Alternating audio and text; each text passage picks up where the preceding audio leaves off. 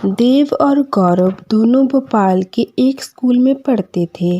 वैसे तो दोनों पढ़ने लिखने में अच्छे थे, पर देव क्लास में अव्वल था तो गौरव टॉप 10 में होता था। स्कूल के बाद दोनों ने फिर एक ही कॉलेज में एडमिशन लिया था। वहाँ भी देव ही अव्वल रहता था।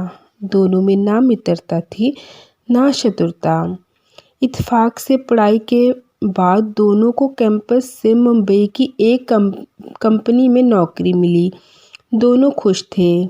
इसी बीच देव के पिता गंभीर रूप से बीमार पड़ गए थे। देव उनकी देखभाल में लगा था। इस कारण उसने कंपनी में ज्वाइन करने की तिथि में 2 महीने की छूट ले ली। उधर गौरव ने नियम तिथि पर नौकरी ज्वाइन कर ली।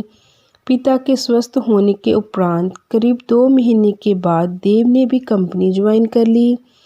हालांकि इंटरव्यू में लिखित और मौलिक दोनों टेस्ट में देव टॉप रहा था, पर कंपनी के रूल के अनुसार ज्वाइन तिथि के आधार पर गौरव सीनियर था। देव बहुत ही मेहनती और ईमानदार कर्मचारी था। इसके विपरीत गौरव आराम मतलब था और अपने सीनियर को मस्का भी खूब लगाता था। गौरव अपने सीनियर होने के रोब में अक्सर वे अपना काम देव पर टाल देता।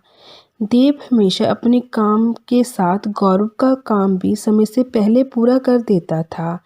इस बात की खबर कंपनी में सभी को थी। देव का बर्ताव भी सीनियर और जूनियर सभी से मित्रतापूर्ण था, पर अपनी मस्काबाजी के चलते गौरव को प्रमोशन पहले मिल गया था। इसके बावजूद देव अपना काम पहले की तरह मन लगाकर कर रहा था। एक शुक्रवार के दिन गौरव ने इंटरकॉम पर देव से कहा, मुख्यालय से चेयरमैन साहब का फ़ोन आया है।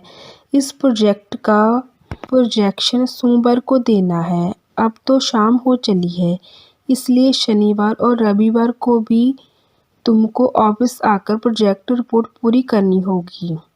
फिर गौरव ने अपनी सेक्रेटरी को बुलाकर कहा, मिस जूली, आप प्रोजेक्ट की फाइल देव साहब को दे दे। जूली ने फाइल देव को दे दिया। गौरव फिर बोला, समय पर काम हो जाना चाहिए देव, वरना चेयरमैन बहुत नाराज हो जाएंगे। रिपोर्ट मेरे टेबल पर रख देना, सोमवार सुबह मैं देख लूँगा।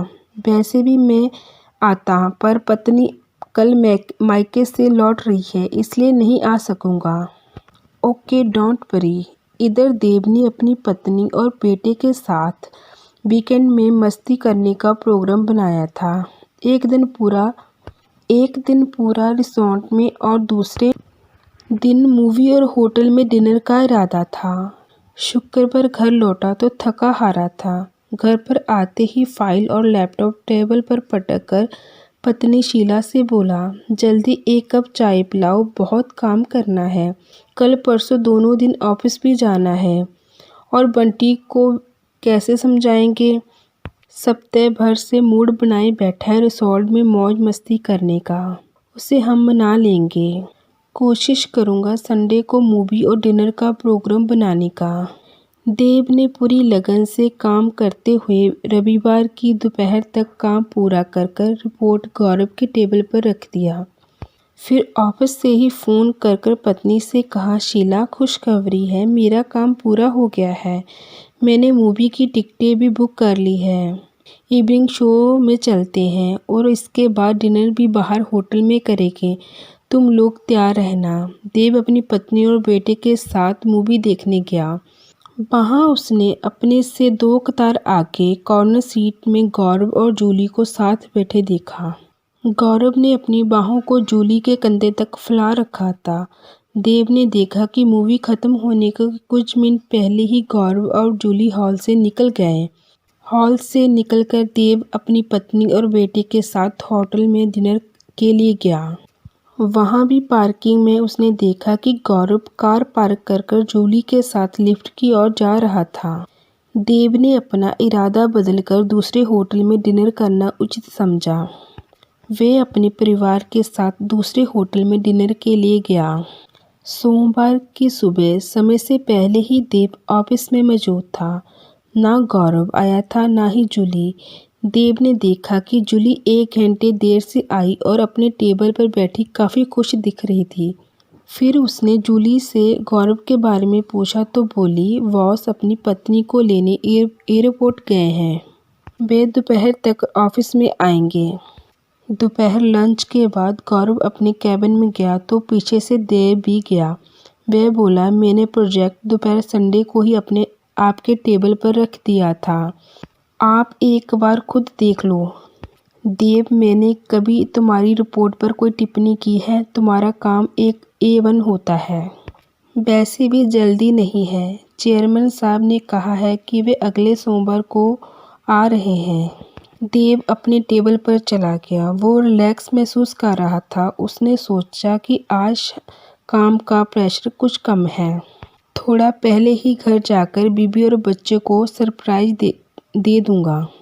ये सोचकर वह गौरव को सूचित करने के लिए उसके कैबिन में गया। उसने कैबिन का दरवाज़ा जरा सा ही खोला था कि गौरव की बात सुनकर वह वहाँ ही ठहर गया। गौरव की पीठ दरवाजे की तरफ थी और वह चेयरमैन से बात कर रहा था। Yes sir. नो डाउट देव का काम काबिल तारीफ है, पर मैं उसकी प्रमोशन के पक्ष में नहीं हूँ। उसके जाने के बाद इस यूनिट का काम बहुत सफ़र करेगा। फ़िलहाल उसको जैसा है वहाँ से वहीं रहने दीजिए। वैसे कंपनी की नई ब्रांच के लिए आपको एक आदमी की ज़रूरत है, तो एक आदमी है मेरी नज़र में। शायद चेयरमैन ने पूछा होगा, तभी गौरव बोला, सर अर्जुन है ना आपके ऑफिस में? वह मेरा साला है। आप देव के बदले उसी को ही प्रमोशन देकर वहाँ पोस्ट कर दे तो बड़ी मेहरबानी होगी आपकी। उधर से चेयरमैन ने कुछ कहा जिस पर गौरव बोला, यस सर। आप आए तो सही। जूली बिल्कुल फ्री रहेगी आपकी सेवा के लिए। मैं डर रहा था कि कहीं आप जूली की भी ट्रांसफ़र की तो नहीं सोच रहे। चेयरमैन की बात सुनकर गौरव बोला, thank you so much sir. वैसे देव को भी खुश करने के लिए क्यों ना हम लोग देव की प्रमोशन के बदले बेस्ट एम्प्लॉय का पुरस्कार दे दें। देव दरवाज़ा बंद कर अपने टेबल पर चला गया। उसने जूली को फ़ोन कर कहा, गौरव अगर पूछे तो बता देना कि मुझे कुछ काम था, मैं चला गया। अगले सप्ताह मुख्यालय से चेयरमैन साहब पधारे थे। देव ने अपने बनाए प्रोजेक्ट के बारे में उन्हें बताया। चेयरमैन ने प्रोजेक्ट की भरपूर प्रशंसा की। एक विशेष समारोह में उन्होंने ये अनाउंस किया, मुझे ये कहते हुए बहुत खुशी हो रही है कि मैनेजमेंट देव के काम से बहुत खुश है। देव जैसे कर्मचारी पर कंपनी को गर्व है, इसलिए मैनेजमेंट ने उसे बेस्ट एम्प्लॉय के पुरस्कार से सम्मानित करने का फैसला किया है। मिस्टर देव, आप कृपया मंच पर आकर अपना पुरस्कार स्वीकार करें। पूरा हॉल तालियों की गड़गड़ाहट से गूंज उठा। देव ने अपना पुरस्कार स्वीकार किया। एक मेडल, एक पत्र और 1 लाख रुपए का चेक उसे मिला। उसने माइक हाथ में लेकर चेयरमैन से कहा, इस नाम के लिए मैं प्रबंधक का आभारी हूँ और विशेषकर गौरव का आभारी हूँ, क्योंकि उनकी बदौलत मुझे प्रमोशन के बदले ये इनाम मिला है। मैंने अपना त्याग पत्र अपने टेबल पर रख दिया है। फिर देव ने चेयरमैन से हाथ मिलाया और वह गौरव की ओर हंसी बिखारते हुए अपनी सीट पर चला गया। वहाँ मौजूद सभी लोग आश्चर्य से कभी देव की और कभी गौरव की ओर देख रहे थे। सो दोस्तों, मेरी ये कहानी आपको कैसी लगी कमेंट कर बताएं। ऐसी इंटरेस्टिंग स्टोरी के लिए मेरे चैनल अनमोल हिंदी स्टोरी को सब्सक्राइब करें। धन्यवाद।